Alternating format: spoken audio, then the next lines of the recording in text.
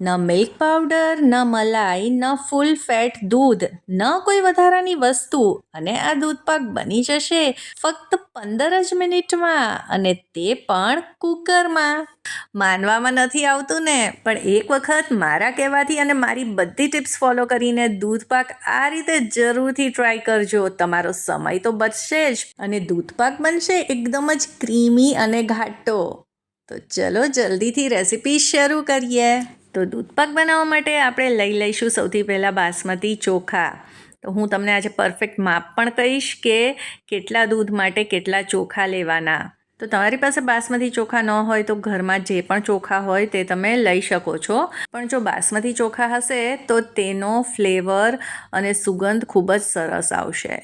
તો 1 લીટર દૂધ માટે આપણે 4 ચમચી ચોખા લેવાના છે. આ ઘરની જ ચમચી છે, જે મીડિયમ સાઇઝની આપણે વાપરતા હોય તે. આપણે જ્યારે પણ ચોખા યુઝ કરીએ તો આપણે તેને સરખી રીતે ધોતા જ હોઈએ છીએ. તો અત્યારે હું આને 2 થી 3 વખત સાદા પાણીથી સરસ રીતે ધોઈ લઈશ અને પછી વધારાનું બધું જ પાણી કાઢી નાખવાનું છે.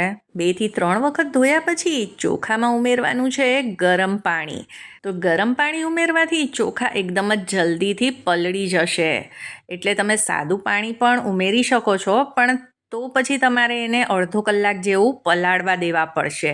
જ્યારે આ ચોખા 15 મિનિટમાં જ પલળી જશે. હવે 12 થી 13 નંગ કાજુ લઈ લીધા છે અને કાજુને પણ હું 2 વાર ધોઈ લઈશ, એટલે એમાં પણ જો કંઈ કચરો હશે તો તે નીકળી જશે. અને આ પાણી કાઢી નાખીશું અને હવે જે ગરમ પાણી હતું તે કાજુમાં પણ એડ કરી દઈશું, એટલે તે પણ સરસ પલળી જાય. તો જ્યારે પણ આપણે કુકરમાં ખીર બનાવી હોય તેની 15-20 મિનિટ પહેલાં આ રીતે આપણે બધી વસ્તુને પલાળીને રાખી દેવાની. હવે દૂધપાકમાં એકદમ સરસ કલર અને ફ્લેવર માટે થોડુંક કેસર લઈ લઈશું અને તેને આપણે આ રીતે ખલમાં થોડુંક વાટી નાખીશું, એટલે એનો કલર એકદમ જ સરસ આવે. હવે કેસરમાં પણ 2-3 ચમચી આપણે પાણી ઉમેરી દઈશું, જે ગરમ પાણી આપણે કર્યું હતું તે. હવે આ ન હોય તો તમે દૂધ પણ ઉમેરી શકો છો, પણ ગરમ પાણીથી એનો કલર ખૂબ સરસ આવશે. હવે આપણે દૂધપાકમાં એડ કરવા માટે થોડા ડ્રાયફ્રૂટ્સ લઈ લઈશું. અહીંયા થોડા પિસ્તા, કાજુ અને બદામ લીધા છે. તમારે જે પણ ડ્રાયફ્રૂટ્સ એડ કરવા હોય તે લઈ શકો છો અને પ્રમાણ પણ ઓછું વધારે કરી શકો છો. આ બધાને આપણે કટ કરી લીધા છે. શું હજી સુધી તમે ઇન્સ્ટન્ટ બાસુંદીની રેસીપી ચેક કરી? જે બને છે એકદમ જ મલાઈદાર, કલાકો ઉકાળ્યા વગર જ. સાથે બધી જ ટિપ્સ સાથે ગોળ ચૂરમાના લાડુ, જે બનાવ્યાના દિવસો પછી પણ બિલકુલ કોરા નહીં લાગે ને બનશે એકદમ જ સોફ્ટ અને એકદમ પરફેક્ટ. સાથે જ એવી મીઠાઈઓ પણ છે જે એકદમ ઝટપટથી બની જશે વધારે મહેનત વગર. સાથે જ ભરવાની ઝંઝટ વગરનું એકદમ જ મસાલેદાર ભીંડાનું શાક, ને લગ્ન પ્રસંગમાં મળતું હોય તેવું જ એકદમ જ મસાલેદાર બટાકાનું શાક, અને તે પણ મિનિટોમાં બની જશે કુકરમાં જ. બધી જ રેસીપી જોવાનું બિલકુલ ના ભૂલતા. તો ચલો ફરીથી આપણી રેસીપી તરફ આવી જઈએ. અને હવે 15 થી 20 મિનિટ થઈ ગઈ છે અને જે કાજુ પલાળેલા તેને આપણે મિક્સર જારમાં ટ્રાન્સફર કરી લઈએ. હવે આજની આ ટ્રીકથી આપણો દૂધપાક એકદમ જ ક્રીમી ને ઘાટો બનવાનો છે, ઉકાળ્યા વગર પણ. અને આપણે જે ચોખા પલાળેલા એમાંથી લગભગ 1.5 ચમચી જેટલા ચોખા આમાં ઉમેરી દઈશું અને આમાં 1 મોટી કળછી દૂધ ઉમેરી દઈશું. દૂધ તમે કોઈ પણ લઈ શકો છો, ગરમ હોય, ઠંડુ હોય, ગમે તે. અને આગળ જો પીસવામાં જરૂર પડે તો પાછી 2-3 ચમચી તમે દૂધ ઉમેરી શકો છો. તો હવે આ બધી વસ્તુને પીસી લઈશું. તો આ રીતે એકદમ જ આ સ્મૂધ આનું મિક્સચર મળશે. હવે આપણી બધી જ તૈયારી થઈ ગઈ છે. તો હવે આપણે દૂધપાક તૈયાર કરી લઈએ. તો તેના માટે આપણે આ રીતે મોટું કુકર લેવાનું છે. હવે તમારી પાસે જે પણ મોટી સાઇઝનું કુકર હોય તે જ ઉપયોગમાં લેવાનું.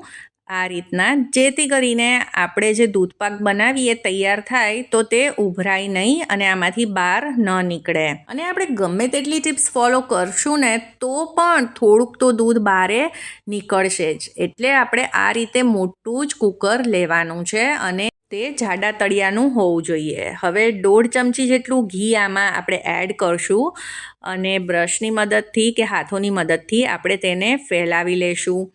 આને સરસ રીતે નીચે તળિયે કોટ કરવાનું છે અને થોડુંક સાઈડમાં પણ. આ ટીપ ફોલો કરવાથી દૂધ બિલકુલ તળિયે નહીં ચોટે. દૂધ પાક બનાવવા માટે આપણે યુઝ્યુઅલી ફૂલ ફેટ દૂધ વાપરતા હોઈએ છીએ, પણ આજે આપણે ઓછા ફેટવાળા દૂધમાંથી આ દૂધ પાક તૈયાર કરીશું. અને તો પણ તમે જોઈ શકો છો ને કે દૂધ પાક કેટલો સરસ ઘાટો અને ક્રીમી બન્યો છે. તો અહીંયા આપણે 1 લીટર દૂધમાંથી આજે દૂધ પાક તૈયાર કરવાના છીએ. તો આ 1 લીટર દૂધને આપણે કુકરમાં ડાયરેક્ટ એડ કરી દઈશું. અત્યારે આપણે તેને ગેસ ઉપર નથી મૂક્યું અને તમે જોઈ શકો છો કેટલી બધી ખાલી જગ્યા આમાં છે. તો આપણે આ રીતે મોટું જ કુકર લેવાનું છે, તે ખાસ ધ્યાન રાખવું. હવે આ કુકરને આપણે મૂકી દઈશું ગેસ ઉપર. તો અત્યારે તમે ફ્લેમને હાઈ કરી શકો છો અને વચ્ચે વચ્ચે આપણે ચમચાની મદદથી આને આ રીતે મિક્સ કરતા જઈશું. તો હવે આગળની પ્રોસેસ આમાં જ્યારે એક ઉભરો આવી જાય પછી જ કરવાની છે. હવે ઘી આપણે જે તળિયે લગાવ્યું હતું ને એનાથી દૂધ તો નહીં ચોટે, પણ જે દૂધપાક છે તેનો ટેસ્ટ પણ બહુ જ સરસ આવશે. હવે તમે જુઓ એક સરસ ઉભરો આમાં આવી ગયો છે. હવે ગેસની ફ્લેમને આપણે લો કરી દેવાની છે થોડી વાર માટે. તો સૌથી પહેલાં આપણે જે ચોખા પલાળીને રાખેલા તે આમાં ઉમેરી દઈશું. હવે આમાં જ્યારે જે વસ્તુ ઉમેરવાની છે તે જ રીતે ઉમેરવી. હવે ચોખા ઠંડા દૂધમાં નથી ઉમેરવાના, નહીંતર એને કૂક થતાં વાર લાગશે. સાથે જ જે કેસર પલાળેલું તે પણ આપણે આમાં એડ કરી દઈશું. હવે જ્યારે દૂધપાક બની જાય ને તમે કુકરનું ઢાંકણ ખોલશો ને એટલે તમને દૂધપાક રેડી જ મળવાનો છે. એમાં પછી તમારે કંઈ જ પ્રોસેસ નથી કરવાની. હવે આની સાથે આપણે ડ્રાયફ્રૂટ્સ પણ ઉમેરી દઈએ જેથી કરીને તે એકદમ જ સોફ્ટ થઈ જશે. અને હા, ચારોળી વગર તો દૂધપાક અધૂરો છે, પણ અમારા ઘરમાં બધાને તે નથી પસંદ એટલે હું છેલ્લે એડ કરીશ કૂક થયા પછી. જો તમારા ઘરમાં ખવાતી હોય તો અત્યારે જ એડ કરી દેજો. હવે અહીંયા મેં 3-4 ઇલાયચીને ક્રશ કરી લીધી છે, તેનો ભૂકો એડ કર્યો છે. અને દૂધની કોઈ પણ આઈટમ જાયફળ વગર તો અધૂરી જ છે. તો અહીંયા લગભગ 1/4 જેટલું જાયફળ હું આ રીતે ઘસીને એડ કરી દઈશ.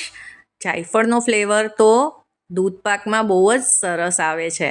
હવે આપણે બધી જ વસ્તુને મિક્સ કરી લઈએ. હવે આપણે આમાં ઉમેરી દઈએ ખાંડ.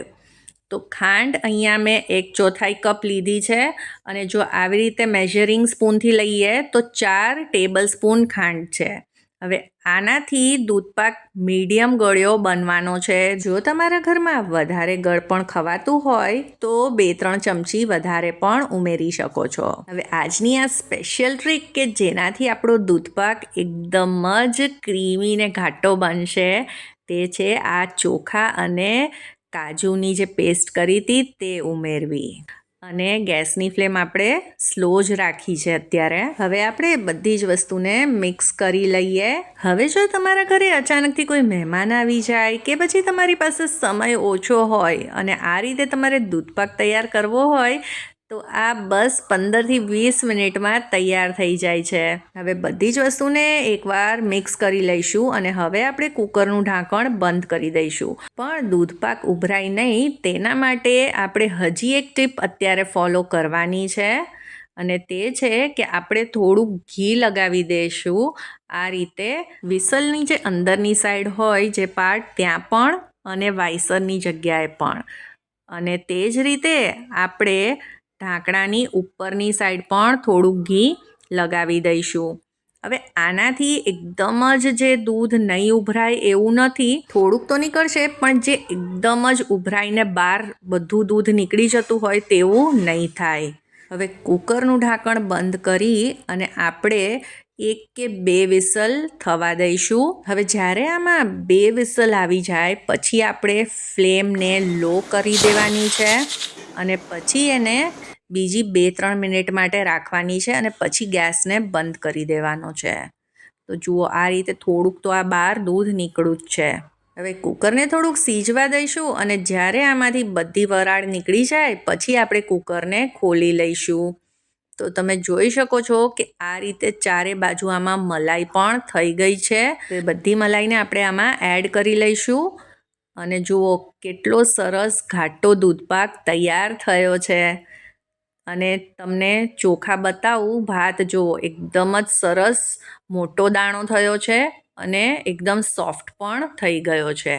હવે આને આપણે કાઢી લઈએ કોઈ પણ તપેલીમાં, અને જો નીચે હું તમને બતાવું તો કુકરમાં કંઈ પણ દાજ નથી પડી, કંઈ પણ દૂધ જરા પણ ચોટ્યું નથી.